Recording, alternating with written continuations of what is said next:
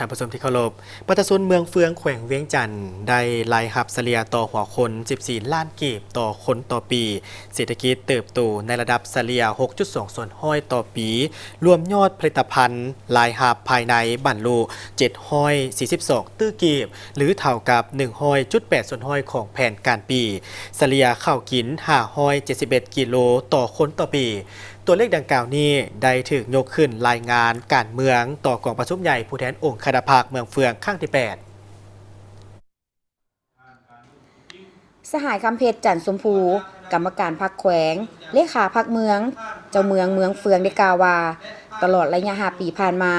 ภายใต้การนำพาซีน้ำขององค์คณะพรรคเมืองได้มีผลสำเร็จในหลายด้านเป็นต้นแมนทัวเมืองมีเสถียรภาพด้านการเมืองสังคมมีความสงบและเป็นระเบียบเรียบร้อยชีวิตการเป็นอยู่ของประชาชนนับมือดีขึ้นสร้างบ้านป้องกันชาติเข้มแข็งได้16บ้านสร้างบ้านป้องกันความสงบดีได้36บ้านสร้างบ้านปลอดสารเสพติดได้34บ้าน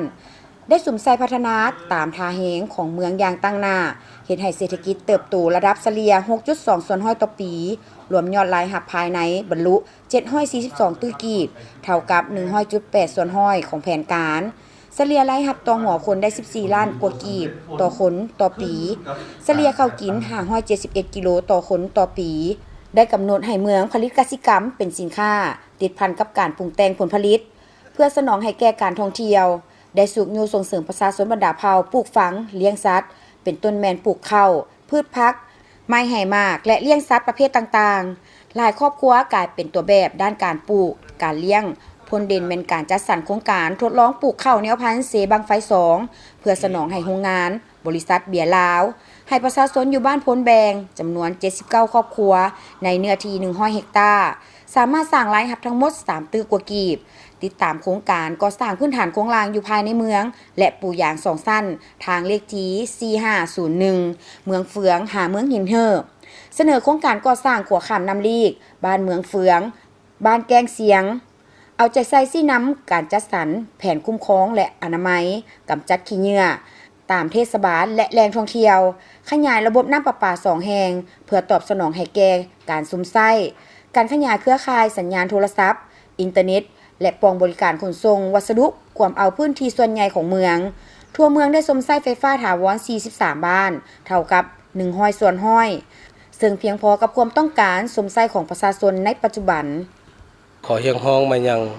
คณะพรรคทุกขั้นสมาชิกพรรคพนักงานรัฐกรทหารตำรวจและบรรดาพ่อแม่ประชาชนบรรดาเผ่าจงได้พร้อมกันจัดตั้งปฏิบัติตามมติกองประชุมใหญ่ครั้งที่ 8ขององค์คณะพรรคเมืองพวกเฮาให้ไปตาม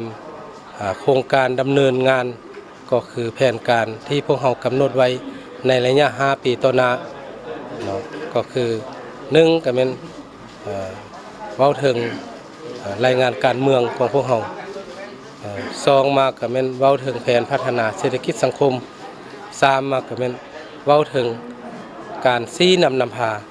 ของคณะพรรคพวกเฮาจะได้พร้อมกันจัดตั้งปฏิบัติตามแผนการที่พวกเฮากำหนดไว้ในระยะ5 ปีต่อหน้านี้ให้บรรลุตามจุดประสงค์เป้าหมายกับขอเฮียงห้องมายังคณะพรรคทุกขั้นพนักงานสมาชิกพรรคพนักงานรัฐกรทหารตำรวจและพ่อแม่ประชาชนได้พร้อมเพรียงกันจึงเห็นให้มติของประชุมพวกเฮานี้ได้จัดตั้งปฏิบัติตามคาดหมายที่ห้องกำหนดไว้และมีผลสำเร็จอันใหญ่หลวงไปเคียงคู่กันนี้ก็ได้ขยายโรงเรียนมัธยมต้นได้1 แห่งสร้างโรงเรียนตัวแบบได้3 แห่งยกระดับคุณภาพการบริการเป็นปัวสุขภาพของประชาชนต้านและสกัดกั้นการแพร่ระบาดของพยาธิต่างๆซักยากันพยาธิให้กลุ่มเป้าหมายครบถ้วนอายุยืนเฉลี่ยพลเมืองเท่ากับ67 ปีสร้างบ้านสาธารณสุขแบบอย่างได้100ส่วนห้อย